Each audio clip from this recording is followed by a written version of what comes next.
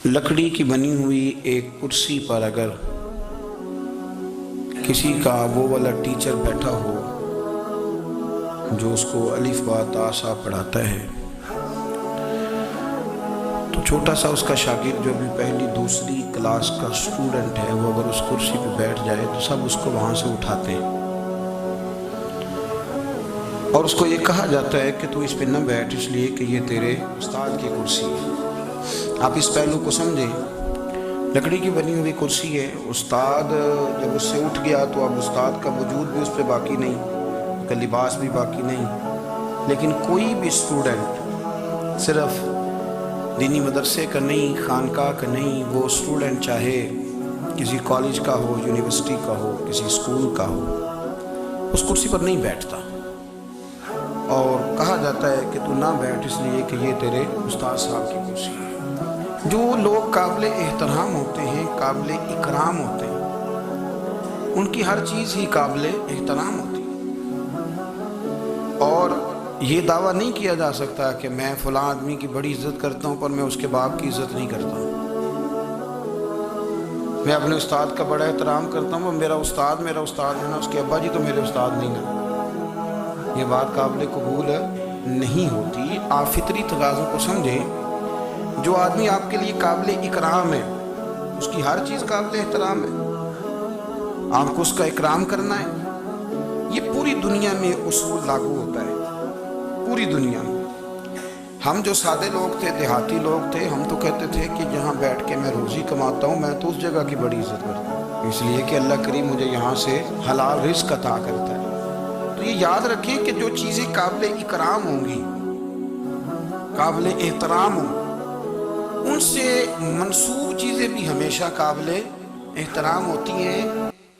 लिबास सारा ही कारखाने में बनता है, लेकिन जो कदर एहराम की चादरों की होती है ना, वो बाकी लिबास की कदर नहीं होती। और ये भी मुमकिन है कि एहराम की चादरें सस्ती हों और बाकी लिबास महंगा हो, लेकिन ये तो निस्बत है ना कि ये हरम शरीफ पहन के जानेंगे। तो आप इस बात को ज़रूर ज़हन में रखें, महफूज करें इसको कि जो भी काबिल कुरान मजीद फुरकान हमीद ने ना जब तारीफ़ की ना नबी पाक सल्लल्लाहु अलैहि वसल्लम की, तो साथ हुजूर के सहाबा की भी तारीफ़ फरमाई, अहले बैत की भी तारीफ़ फरमाई, हुजूर की उम्मत की भी तारीफ़ फरमाई। ये पहलू बड़ा काबिल गौर है। मोहम्मद रसूलुल्लाह सल्लल्लाहु अलैहि वसल्लम फरमाए, मोहम्मद सल्लल्लाहु अलैहि वसल्लम अल्लाह के रसूल हैं, बस नहीं, वल्लज़ीना मअहू, जो उनके साथ हैं, अशिद्दाउ अलल कुफ़ार, वो काफिरों पे सख्त हैं, रुहमाउ बैनहुम, और आपस में बड़े हैं। तो जो हुजूर अलैहिस्सलाम की तारीफ़ें कुरान मजीद जब बयान करते हैं तो साथ हुजूर के ग़ुलामों की, सहाबा,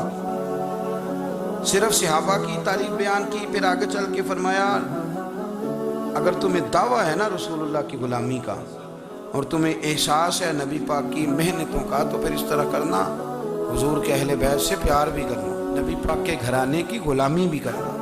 कुल ला असअलुकुम अलैहि अजरन इल्लल मवद्दत फिल कुर्बा, महबूब इनसे फरमा दे कि मैं तबलीग दीन पर तुमसे अजर कोई नहीं मांगता, अगर कुछ करना है तो मेरे करीबियों से प्यार करना।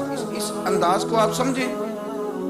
जिस तरह नबी पाक को सबसे अफजल नबी मानना शर्त है, इस तरह हुजूर की उम्मत को सारी उम्मतों से अफजल मानना भी शर्त है।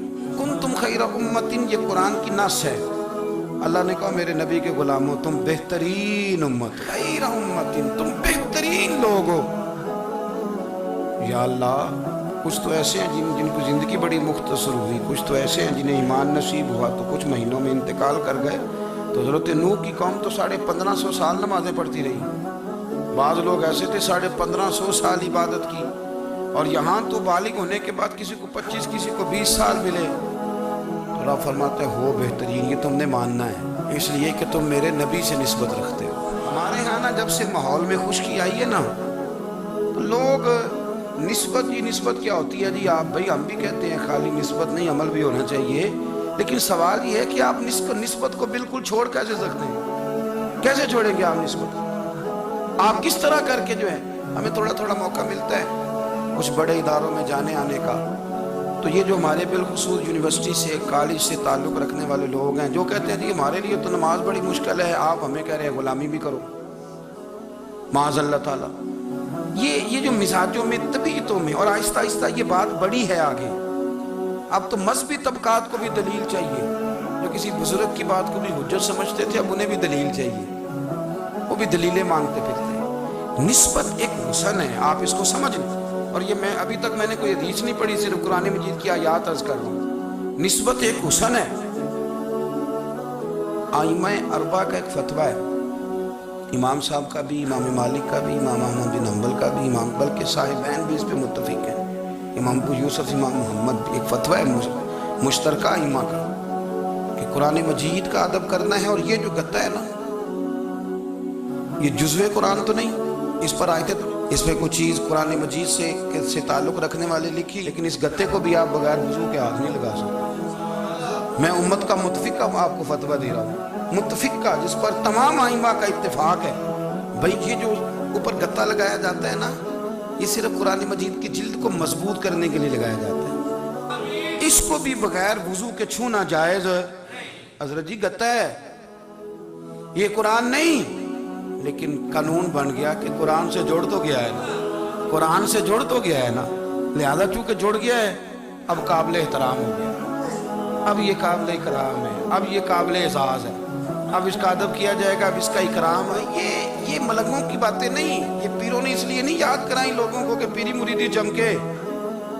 یہ سنو، پڑھے قرآن مجید 15واں 16واں پارہ، حضرت خضر علیہ السلام اور حضرت سیدنا موسیٰ علیہ السلام یہ گئے ہیں، گرتی ہوئی دیوار کو سیدھا کیا ہے۔ کبھی کبھی کھویا کریں قرآن و سنت میں، آپ کو لطف دے گا قرآن و حدیث۔ جا کے دیوار سیدھی کی ہے نبیوں نے، اللہ کے مقرب بندوں نے۔